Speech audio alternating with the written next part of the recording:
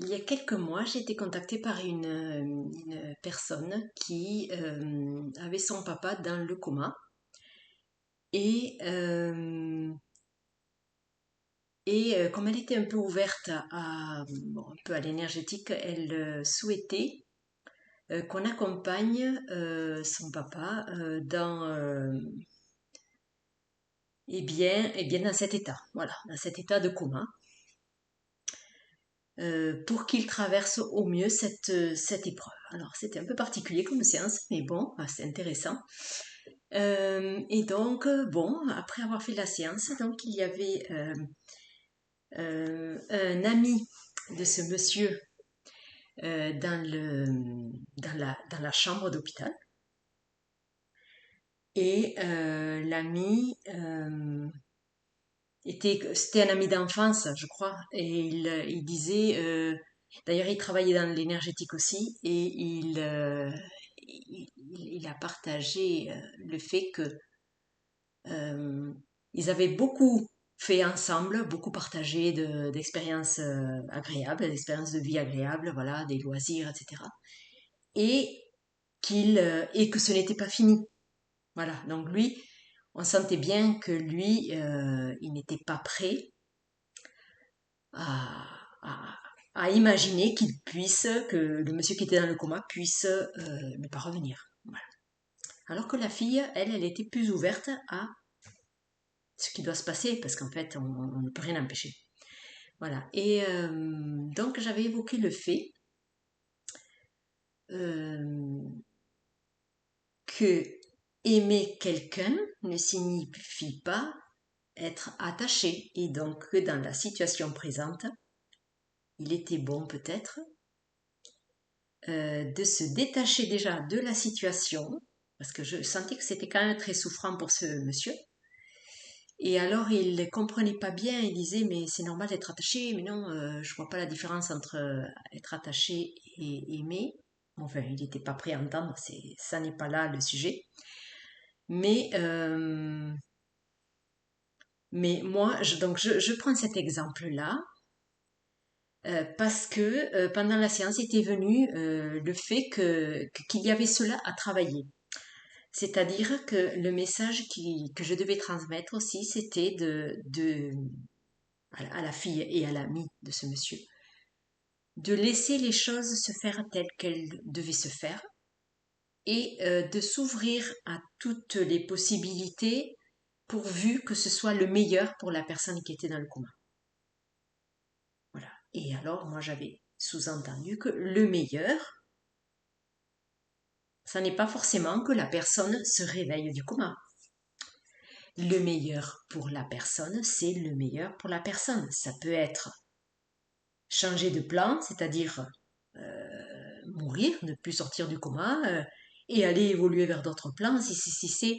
Est-ce que si c'est ça le meilleur pour la personne, est-ce que c'est pas ça qu'en tant que membre de l'entourage,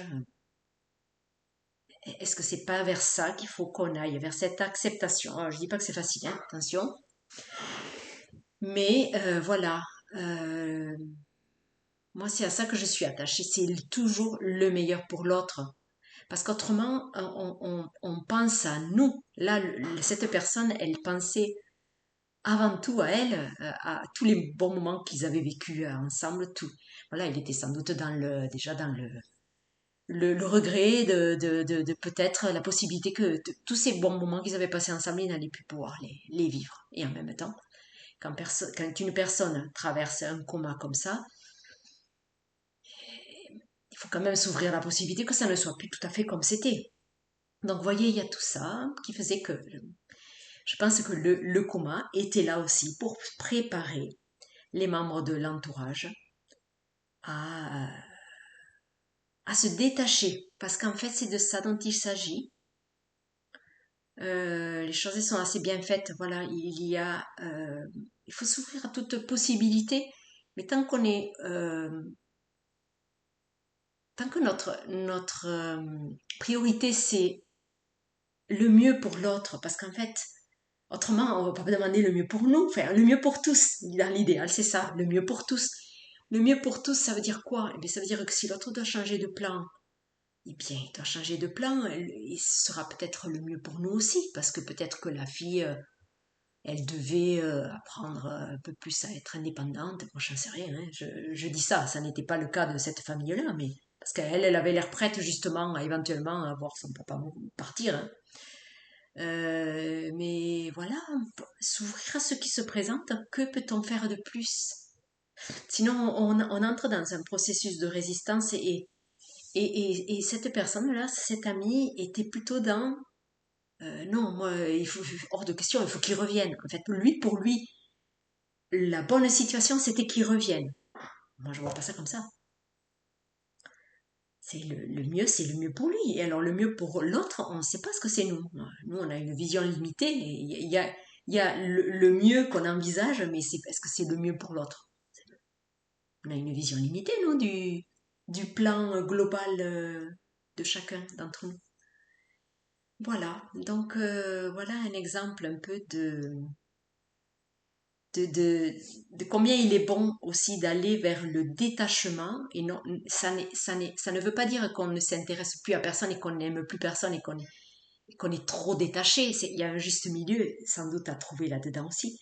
Mais ce détachement, à un moment donné, il est bon pour que, par exemple, si c'est avec nos enfants, il est bon qu'ils puissent aller vers leur vie d'adulte ou leur vie, hein, sans entrave, sans frein.